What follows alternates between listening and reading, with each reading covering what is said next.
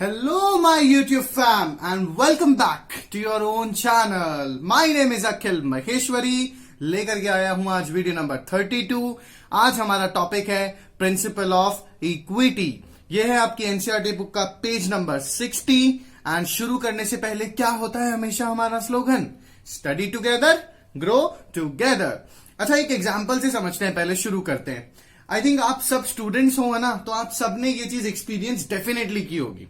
ठीक है, मैंने भी एज अ स्टूडेंट की थी। इस भ्रष्टाचार से ना हर एक स्टूडेंट को गुजरना पड़ता है।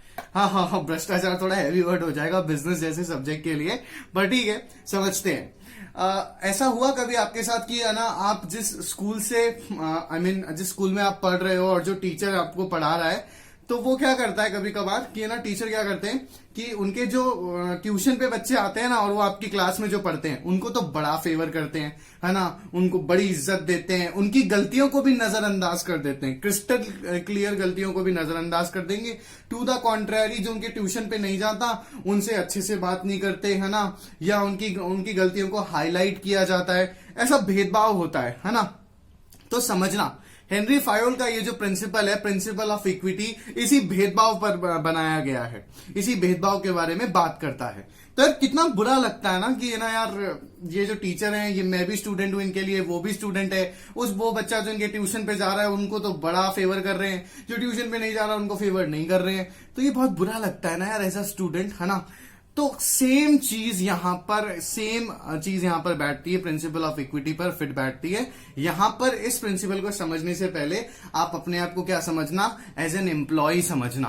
तो आपके सीधा दिल पे लगेगा ये प्रिंसिपल, आपको समझ में आएगा। ठीक है, देखो सबसे पहले मैंने क्या सिखाया हमेशा बीएसटी में, टैप ऑन द नेम। तो इक्विटी का मतलब क्या होता है? इक्विटी का मतलब यहां पे मैंने लिख दिया कोर वैल्यूज।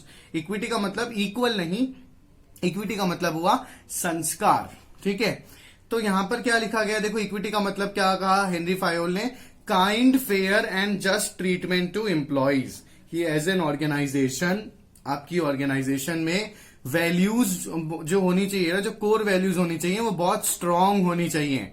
आप हमेशा अपने हर एक एम्प्लॉय को काइंड रखो, फेयर एंड जस्ट ट्रीटमेंट दो उसको।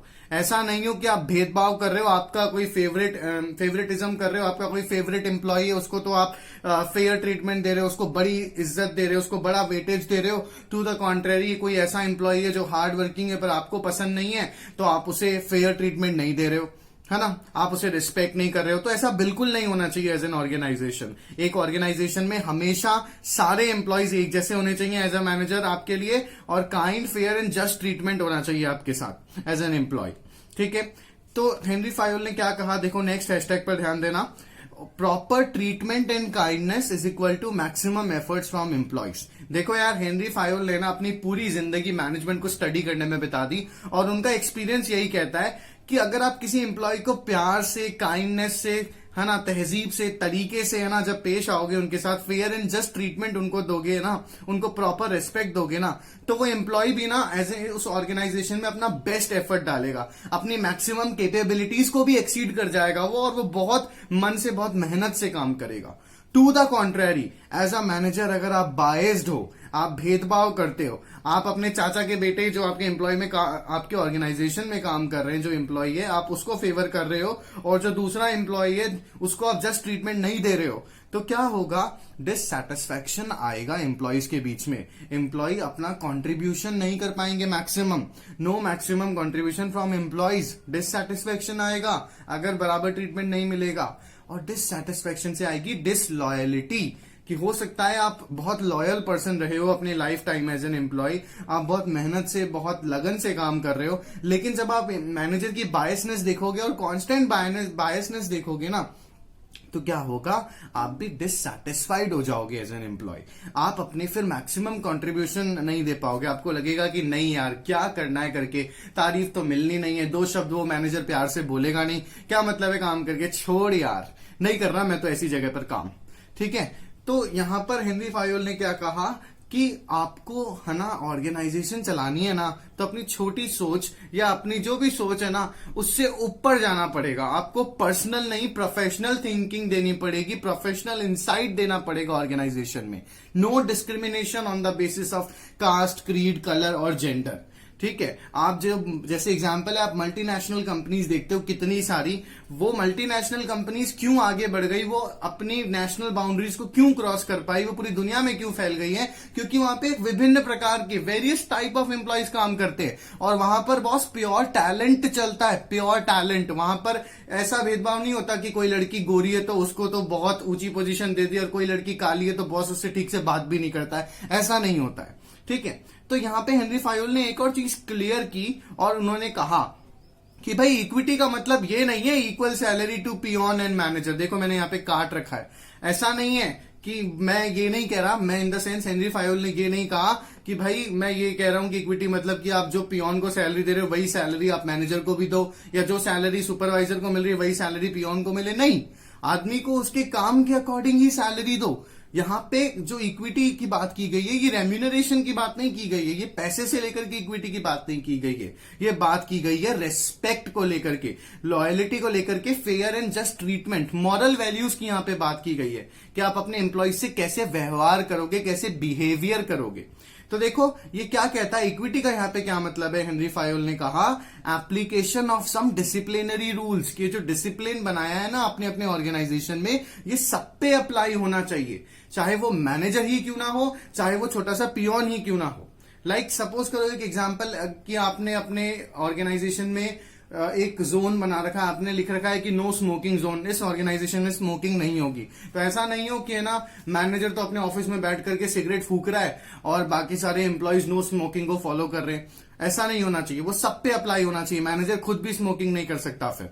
ठीक है, लाइक देखो यहाँ पे एक एग्जाम्पल मैंने लिखा कि अगर लीव लेने के लिए अगर कोई रूल है ऑर्गेनाइजेशन में, leave rule in same way irrespective of their gender, position and grade, कि अगर एक ऑर्गेनाइजेशन में कोई एम्प्लॉय लीव ले रहा है और उसका एक तरीका है कि भाई आपको पहले एक प्रॉपर प्रायर नोटिस देना पड़ता है 2 दिन पहले ही, तो वो सब पे अप्लाई होना चाहिए। ऐसा नहीं है कि बॉस का बेटा है वो कभी भी अपने हिसाब से लीव ले लेता है या अपने हिसाब से ऑर्गेनाइजेशन में आता है, उसका कोई आने जाने का टाइम नहीं है, ऐसा नहीं होना चाहिए। अगर ऐसा है तो आपको उसे डांटना पड़ेगा जैसे कि आप किसी नॉर्मल एम्प्लॉय को डांटते। सब अगर एक ऑर्गेनाइजेशन में हम हैं तो हमें स्ट्रिक्ट प्रोफेशनलिज्म फॉलो करना है, सबको इक्वल तरीके से ट्रीट करना है, तभी ऑर्गेनाइजेशन आगे बढ़ पाएगी। तभी आप, जब तक आप अपना प्रोफेशनल इंसाइट नहीं डालोगे, अपनी जो पर्सनल थिंकिंग है उससे आगे बढ़ के प्रोफेशनल थिंकिंग डेवलप नहीं करोगे, तब तक एज एन ऑर्गेनाइजेशन आप उस कंपनी को आगे नहीं बढ़ा सकते। ऐसा प्रिंसिपल ऑफ इक्विटी कहता है। देखो अब हम इसके पॉजिटिव इफेक्ट्स की बात करें, अगर आप इस प्रिंसिपल को फॉलो करते हो तो क्या होगा, employees get motivated satisfied. Employees क्या होंगे, मोटिवेट होंगे जब उन्हें इक्वल एंड फेयर ट्रीटमेंट मिलेगा। अगर बॉस अपने बेटे को भी डांटेगा गलती करने पर तो एज एन एम्प्लॉय आपको लगेगा कि नहीं यार ये बॉस बहुत फेयर है यार, वो उसको भी डांटता है, मेरे को भी डांटता है, उसका बेटा उसके घर पे होगा, हमारे लिए ऑर्गेनाइजेशन में वो एक एम्प्लॉय है और उसके लिए सेम है। तो यहाँ पे जो मोटिवेशन मिलेगी वो सेटिस्फैक्शन, यानी कि कोई फाइनेंशियल मोटिवेशन नहीं होगी, एक साइकोलॉजिकल मोटिवेशन होगी। आपको अंदर से बहुत खुश फील होगे आपकी, नहीं यार अगर मैंने गलती की तो मुझे डांट पड़ी, अगर बॉस के बेटे ने भी गलती की तो उसे भी डांट पड़ी, अगर मैंने कोई सही काम किया तो मुझे उसकी तारीफ भी मिली। ठीक है, then motivate the employees and boost up the morale of the employees. अगर प्रिंसिपल ऑफ इक्विटी अप्लाई होगा, सबको आप फेयर एंड जस्ट ट्रीटमेंट दोगे तो क्या होगा, एम्प्लॉयज भी ना उनकी मोटिवेशन बढ़ जाएगी, है ना, साइकोलॉजिकल मोटिवेशन बढ़ जाएगी और उनका कॉन्फिडेंस बढ़ेगा और उनका मोरल हाई होगा, तो वो हमेशा अपनी मैक्सिमम कैपेसिटी के अकॉर्डिंग परफॉर्म कर पाएंगे। अब अगर इसके कॉन्सिक्वेंसेज ऑफ वायोलेशन की बात करें कि अगर आपने इस प्रिंसिपल को फॉलो नहीं किया तो क्या होगा, एम्प्लॉयज जो होंगे वो डिससैटिस्फाइड हो जाएंगे। एम्प्लॉय कभी खुशी नहीं होगा यार, वो बंदा या बंदी कभी खुशी नहीं होगा जो अपना मैक्सिमम दे रहा है उसके बाद भी है ना उसे एप्रिसिएशन नहीं मिल रहा, या एटलीस्ट उसे एक प्रॉपर मोटिवेशन नहीं मिल रही मैनेजर की तरफ से।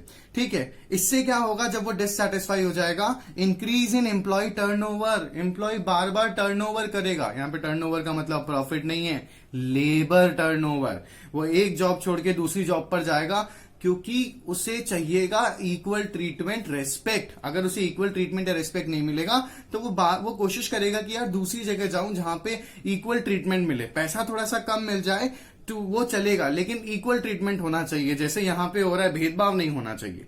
Then unhealthy relations between superior and subordinate, अगर सुपीरियर फेयर एंड इक्वल नहीं होगा तो कभी भी सबऑर्डिनेट उसकी इज्जत नहीं करेगा, उसकी सिर्फ चापलूसी करेगा और पीठ पीछे उसकी बुराई करेगा। जो एक प्रॉपर हेल्दी कम्युनिकेशन की जैसे हमने बात की थी पिछले वीडियो में, वो कभी भी डेवलप नहीं हो पाएगा। इसका मेरे पास कुछ एग्जाम्पल्स हैं। देखो सत्या नडेला जो है वो माइक्रोसॉफ्ट के सीईओ हैं। तो माइक्रोसॉफ्ट तो देखो एक अमेरिकन कंपनी है, उसके बाद भी उनके सीईओ इंडियन है, ठीक है, एक मल्टीनेशनल कंपनी। मैंने आपको बताया ना वो लोग क्यों डेवलप कर रहे हैं, क्योंकि वो लोग प्योरली टैलेंट को प्रमोट करते हैं। जेंडर, रिलीजन, कास्ट, क्रीड को प्रमोट नहीं करते कि भाई तू हिंदू है, तू मुसलमान है, तू कोई और देश का है, तू कोई और देश का है। प्रॉपर टैलेंट को प्रमोट किया जाता है। तो आप देखो Satya Nadella being an Indian origin person Microsoft के सीईओ है। Same goes for Ramon Laguarta. Ramon Laguarta कौन है? पेप्सिको के प्रेजेंट सीईओ हैं। और फर्स्ट टाइम ऐसा हुआ है कि PepsiCo being an American company, उनका कोई सीईओ कोई स्पेनिश बंदा बना है। इससे पहले 2018 तक कौन थी? इंद्रानी कृष्णमूर्ति नूरी थी, ठीक है। तो इंद्रानी कृष्णमूर्ति नूरी जब थी प्रेसिडेंट सीईओ थी, तो देखो वो भी कौन थी? वो इंडियन थी। पेप्सिको क्या कर रहा है? एक अमेरिकन ब्रांड है। आज कौन है उनका सीईओ? एक स्पेनिश बंदा है। पहले कौन था? एक इंडियन बंदी थी। तो वो लोग प्योरली टैलेंट को प्रमोट कर रहे हैं। इस वजह से देखो वो लोग ग्लोबल प्लेटफॉर्म को सर्व कर रहे हैं। सो क्या कहा प्रिंसिपल ऑफ इक्विटी ने कि अपने एम्प्लॉयज को फेयर एंड जस्ट ट्रीटमेंट दो, तभी आप एज एन ऑर्गेनाइजेशन आपको एम्प्लॉयज का साथ मिलेगा और आप आगे बढ़ पाओगे। एम्प्लॉयज की लॉयलिटी भी इंक्रीज होगी और वो कभी अपना जॉब स्विच ऑफ करने की नहीं सोचेंगे, ठीक है। तो नेक्स्ट हमारा जो प्रिंसिपल है वो क्या है? Stability of tenure of personnel. ये फायोलिज्म का 12th प्रिंसिपल है। इसका मतलब समझो पहले, कितना अजीब सा नेम है यार इसका। मैंने क्या बताया आपको? हमेशा बिजनेस स्टडीज में कॉन्सेप्ट्स याद रखने का एक ही फंडा है, tap on the name. Name को समझ लो। स्टेबिलिटी मतलब बीइंग स्टेबल, टेन्योर मतलब टाइम या ड्यूरेशन, पर्सोनेल मतलब एम्प्लॉय। एक होता है पर्सनल, PERSONAL, पर्सनल मतलब व्यक्तिगत, निजी, प्राइवेट। ये पर्सोनेल है, पर्सोनेल मतलब एम्प्लॉय। तो ये क्या बता रहा है? एम्प्लॉय एक ऑर्गेनाइजेशन में जिस भी टाइम, जितना भी वो काम कर रहा है, वो स्टेबल होनी चाहिए उसकी पोजीशन, ठीक है। अच्छा, आपने इंग्लिश में बचपन में एक कहावत पढ़ी होगी ना, एक आइडियोम, एक मुहावरा, a rolling stone gathers no moss, which means, अर्थात a person who keeps on shifting can't get steadiness. एक इंसान जो बार बार शिफ्ट कर रहा है उसे स्टेडीनेस नहीं मिल सकती, वो स्टेबल नहीं हो सकता। देखो ये हम ना एक एग्जाम्पल से समझते हैं, पर्सनल एग्जाम्पल।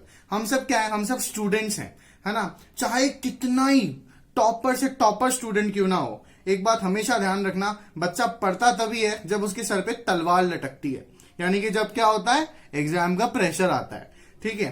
तो हम पूरे साल तो पढ़ते नहीं है, जब एग्जाम आता है तब एकदम से सारा प्रेशर हमारे ऊपर आ जाता है ना। It's like a tsunami coming on. तो हमें सारे ही सब्जेक्ट्स पढ़ने होते हैं। तो सपोज करो आपने बड़ा मन बना करके पढ़ने बैठे, आपने उठाया, सबसे पहले बिजनेस की बुक उठाई, ठीक है। आप थोड़ी सी देर पढ़े, 5 मिनट, आपको लगा यार ये बोरिंग हो रहा है, चल अकाउंटेंसी पढ़ते हैं। तो आपने अकाउंट्स की बुक उठा ली, 2 क्वेश्चन सॉल्व ही नहीं किए कि आपसे तीसरा क्वेश्चन जब सॉल्व नहीं होने लगा तो आपने अकाउंट्स की बुक बंद कर दी। छोड़ यार, क्या है यार ये, चल अपन तो ना इको पढ़ते हैं। इको में जब आपको फिगर्स और नंबर्स झेले नहीं गए तो आपने बंद कर दिया। आपने सोचा छोड़ यार, पढ़ना ही है ना, इंग्लिश पढ़ लेते हैं, 100 मार्क्स का है और अच्छे सा मूड भी बन जाएगा। तो आप इंग्लिश भी पढ़ने लग गए। तो इससे क्या हुआ? आप बार बार शिफ्ट करते रहे, तो इससे स्टेबिलिटी नहीं आई और एज अ रिजल्ट क्या हुआ? आपने टाइम वेस्ट किया, एफर्ट्स आपके उतने ही लगे और रिजल्ट 0, ठन ठन गोपाल, कुछ भी नहीं है हाथ में, ठीक है। सो एग्जैक्टली ये जो प्रिंसिपल है ये इसी बारे में बात करता है, बस यहां एम्प्लॉय की जॉब शिफ्टिंग के बारे में बात की जा रही है, ठीक है। लर्निंग टिप पे ध्यान दो। लर्निंग टिप आपको हमेशा केस स्टडीज सॉल्व करने में हेल्प करेगी, ठीक है। लर्निंग टिप को माइंड में रखोगे तो आपको पता चल जाएगा केस स्टडी सॉल्व करते समय कि हाँ यार ये इसकी लर्निंग टिप थी, ये वाला प्रिंसिपल यूज हुआ है यहां पे। लर्निंग टिप क्या है? No frequent termination and transfer. ये पूरा का पूरा जो फायोलिज्म का प्रिंसिपल है ये क्या बात करता है कि एक एम्प्लॉय का बार बार टर्मिनेशन मत करो। मतलब अगर आप एम्प्लॉयज को बार बार निकालते जा रहे हो, जॉब से टर्मिनेट करते जा रहे हो, तो एज एन ऑर्गेनाइजेशन आप में स्टेबिलिटी रहेगी नहीं, ठीक है। और साथ ही साथ एम्प्लॉय को भी जॉब सिक्योरिटी नहीं मिलेगी, जॉब इनसिक्योरिटी में वो अच्छे से काम नहीं कर पाएगा। दूसरा, उसका बार बार ट्रांसफर मत करो, जॉब रोटेशन मत करो फ्रीक्वेंट पे। अगर आप कॉन्स्टेंटली जॉब शिफ्ट करते रहोगे तो वो कभी सीख ही नहीं पाएगा, स्पेशलाइजेशन नहीं आएगा, वो परेशान हो जाएगा, आपके रिसोर्सेज वेस्ट हो जाएंगे। So no job shifting. So what is the learning tip? Say with me, no frequent termination and transfer. Then next hashtag पर ध्यान दो, the management must provide the feeling of job security among the employees. तो देखो, मैंने आपको ये उसमें भी पढ़ाया था, FW टेलर के प्रिंसिपल में विलियम ऊची की थ्योरी जेड पढ़ाई थी। आपको आई बॉक्स ऊपर देखो, राइट हैंड कॉर्नर पे आपको आई बॉक्स मिल जाएगा, आई बॉक्स में वो वीडियो मिल जाएगा, जाकर के देख लो जिसने नहीं देखा। तो यहाँ पे हेनरी फायोल ने क्या कहा कि एक मैनेजमेंट को, है ना, या एक मैनेजर को ऑर्गेनाइजेशन में, एक जो बंदा काम कर रहा है या बंदी काम कर रही है, उसको जॉब सिक्योरिटी की फीलिंग देनी बहुत जरूरी है। अगर एक एम्प्लॉय में जॉब सिक्योरिटी की फीलिंग नहीं होगी ना, तो वो कभी भी अच्छे से अपनी मैक्सिमम कैपेबिलिटीज के अकॉर्डिंग काम नहीं कर पाएगा। देखो, हैशटैग पर ध्यान दो। नेक्स्ट, जॉब इनसिक्योरिटी क्या लेकर के आता है? Job insecurity is equal to no maximum contribution from employee. Employee कभी मैक्सिमम कंट्रीब्यूट कर ही नहीं पाएगा अगर कॉन्स्टेंटली उसके माइंड में जॉब इनसिक्योरिटी रहेगी।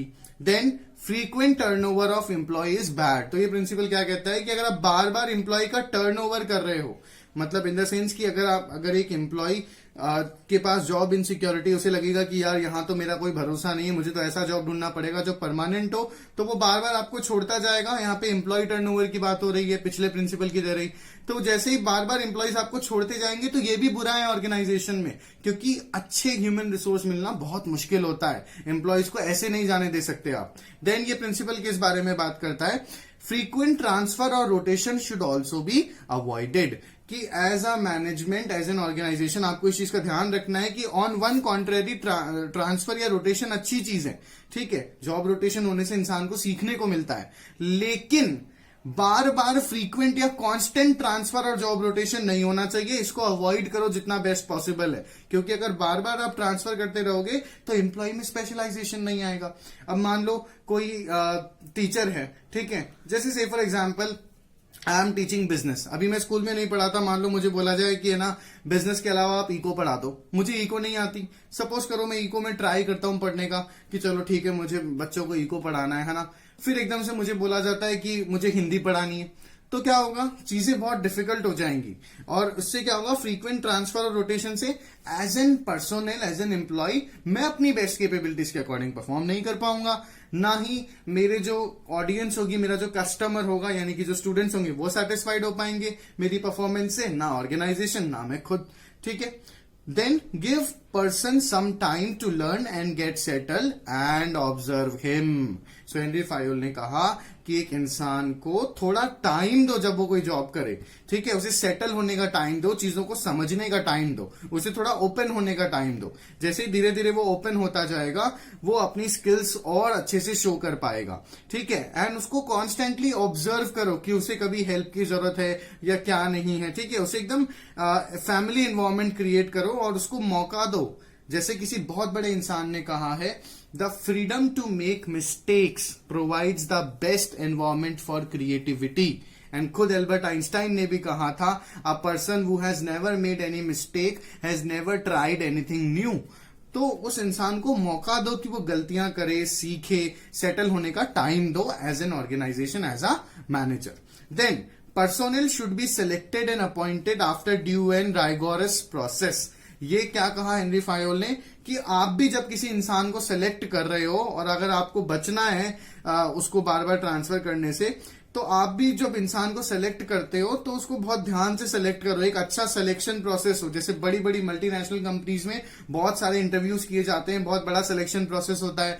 पहले की है ना नॉर्मल इंटरव्यू होता है, फेस टू फेस इंटरव्यू, फिर एक ग्रुप डिस्कशन होता है, फिर इंटेलिजेंस एप्टीट्यूड टेस्ट होता है, इस तरीके से होता है ना। तो ये क्या कहा हेनरी फायोल ने कि आप भी बहुत अच्छे से ध्यान देकर के एक एम्प्लॉय को सिलेक्ट करो, पूरी अटेंशन दो और राइगोरस प्रोसेस हो। राइगोरस मतलब केयरफुल प्रोसेस, केयरफुल एग्जामिनेशन करके उस एम्प्लॉय को आप एम्प्लॉय बनाओ अपने ऑर्गेनाइजेशन में, उस कैंडिडेट को एम्प्लॉय बनाओ अपने ऑर्गेनाइजेशन में। आया आपको समझ में? तो जब आप अच्छे से केयरफुली राइगोरस प्रोसेस से एग्जामिनेशन करके उस एम्प्लॉय को लाओगे तो उसको जॉब सिक्योरिटी दो और बार बार उसका ट्रांसफर मत करो। ट्रांसफर बार बार करना मतलब उसके टैलेंट को वेस्ट करना, आपके रिसोर्सेज को वेस्ट करना। तो नेक्स्ट हैशटैग हमें यही कहता है, ट्रांसफर क्या लेकर के आता है? कुछ भी पॉजिटिविटी नहीं लेकर के आता। फ्रीक्वेंट ट्रांसफर की बात हो रही है यहाँ पे। वेस्टेज होंगे आपके रिसोर्सेज, कैसे कि ना आपके रिसोर्सेज वेस्ट होंगे और एम्प्लॉय का एफर्ट वेस्ट होगा। जैसे मैंने अपना एग्जांपल दिया कि मुझे बिजनेस पढ़ाने की जगह इको बोला जाए पढ़ाने को, तो मैं पूरी कोशिश कर रहा हूं, एफर्ट्स लगा रहा हूं, फिर एकदम से बोल दिया जाए हिंदी पढ़ाओ, तो time waste, efforts waste, as an organisation आपके रिसोर्स भी वेस्ट होंगे। आप उसे बार बार ट्रेनिंग दोगे एम्प्लॉयज को, बड़ी बड़ी ऑर्गेनाइजेशन ट्रेनिंग देती है, देन एम्प्लॉय भी अपना मैक्सिमम कंट्रीब्यूट नहीं कर पाएगा। ऐसी कांस्टेंट शिफ्टिंग से क्या होगा, एम्प्लॉय भी बार बार जो उसकी बेस्ट कैपेबिलिटी है वो खो जाएगा, इंसान कंफ्यूज हो जाएगा कि मैं किसी केपेबल हूं या हूं भी या नहीं हूं। ठीक है। देन इसकी पॉजिटिव एस्पेक्ट की बात करें इस प्रिंसिपल की, अगर आप इस प्रिंसिपल को फॉलो करते हो तो क्या होगा, improves efficiency level of employees. जी बिल्कुल, स्पेशलाइजेशन आएगा। अगर बार बार आप एक ही काम को करोगे कॉन्स्टेंटली तो एफिशिएंसी बढ़ जाएगी एज एन एम्प्लॉय आपकी। देन वेस्टेज नहीं होगा, टाइम का भी, रिसोर्सेज का भी। ठीक है। टू द कॉन्ट्ररी, इसके कॉन्सिक्वेंसेज ऑफ वायोलेशन की बात करें, अगर आपने इस प्रिंसिपल को फॉलो नहीं किया तो क्या होगा, wastage of resources in learning the new job. आप बार बार एम्प्लॉय को ट्रांसफर कर रहे हो, आप बार बार उसे ट्रेनिंग दे रहे हो, तो आपके रिसोर्सेज वेस्ट हो रहे हैं, उसके भी एफर्ट्स वेस्ट हो रहे हैं, टाइम वेस्ट हो रहा है। देन फ्रस्ट्रेशन होगी एम्प्लॉय के अंदर भी, उसे लगेगा कि यार मैं क्या हूं, मैं कुछ भी नहीं हूं, मैं कुछ भी अच्छा नहीं कर सकता। जैसे एल्बर्ट आइंस्टाइन ने क्या कहा था, एक और कोट मुझे याद आ रही है कि अगर आप एक बेसिकली एक फिश से एक उम्मीद रखते हो कि वो उड़ने लग जाए तो ये गलत है। फिर पूरे दिन, पूरी जिंदगी, पूरी लाइफ टाइम फिश अपने आप को गलत समझेगी, अपनी कैपेबिलिटी पे डाउट करेगी। तो फ्रस्ट्रेशन होगा एम्प्लॉय में शिफ्टिंग से, डिससैटिस्फैक्शन आएगा उसमें। तो हेनरी फायोल ने कहा कि पर्सन को जब सेलेक्ट करो तो ऑलरेडी बहुत अच्छे से एग्जामिन करो और ट्राई योर लेवल बेस्ट कि आप उसको ट्रांसफर फ्रीक्वेंट नहीं करो। उस फ्रीक्वेंट ट्रांसफर से आप अपने आप को भी बचाओ और उस पर्सन को भी बचाओ। एम्प्लॉय बहुत हेल्दी होगा तो ऑर्गेनाइजेशन भी बहुत हेल्दीली रन करेगी। Thank you so much for watching this video. Stay tuned for the next video.